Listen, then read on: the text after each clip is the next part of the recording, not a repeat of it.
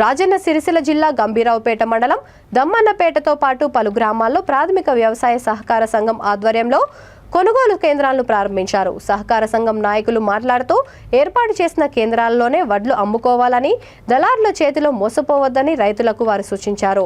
రైతులను ఎక్కడా ఇబ్బంది పెట్టకుండా కొనుగోలు కేంద్రానికి తెచ్చిన వడ్లను సకాలంలో కొనుగోలు చేస్తామన్నారు.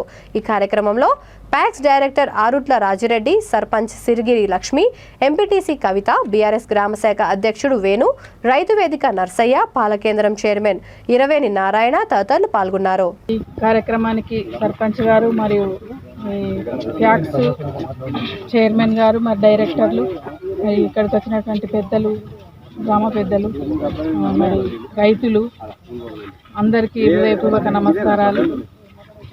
మరి ఎంపీటీసీ గారికి, మరి ఇక్కడికి వచ్చినటువంటి పెద్దలందరికీ నమస్కారాలు.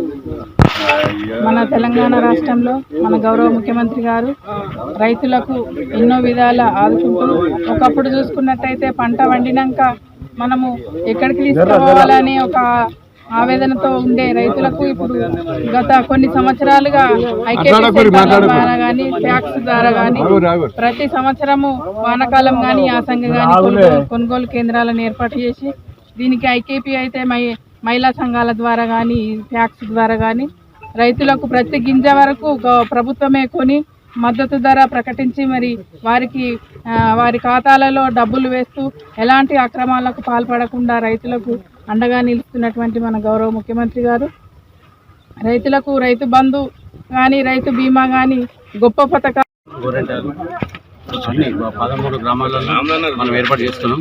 అందులో మొదలుగా దమ్మన్నపేట గ్రామంలో ఇవాళ వరి కొనుగోలు ఈ ప్యాక్స్ ద్వారా కొనుగోలు సెంటర్ను ప్రారంభోత్సవం చేశాం. ఏ గ్రేడ్కు 2160, రెండో గ్రేడు 2140, క్వింటాల్కు 41 కిలోల చొప్పున మ్యాచర్ 17 మ్యాచర్ 17 రైతులందరూ ఇటు సెంటర్ను ఉపయోగించుకొని వారి వడ్లను సెంటర్లోనే అమ్మాలి. ప్రైవేట్ వెహికల్స్ అమ్మకుండా ట్యాక్స్ ద్వారా మీరు ట్యాక్స్కి తీసుకొచ్చినటువంటి ఈ సెంటర్ ఏర్పాటు చేసి మీకు నుంచి వివిధ రైస్ మిల్లులకు అలాట్ చేసి పంపించడం జరుగుతుంది. మన జిల్లాలో మనకు అన్ని విధాలా సహకరిస్తూ మన జిల్లాను ముందంజలో నడిపిస్తున్నందుకు మంత్రివర్యులకు ధన్యవాదాలు.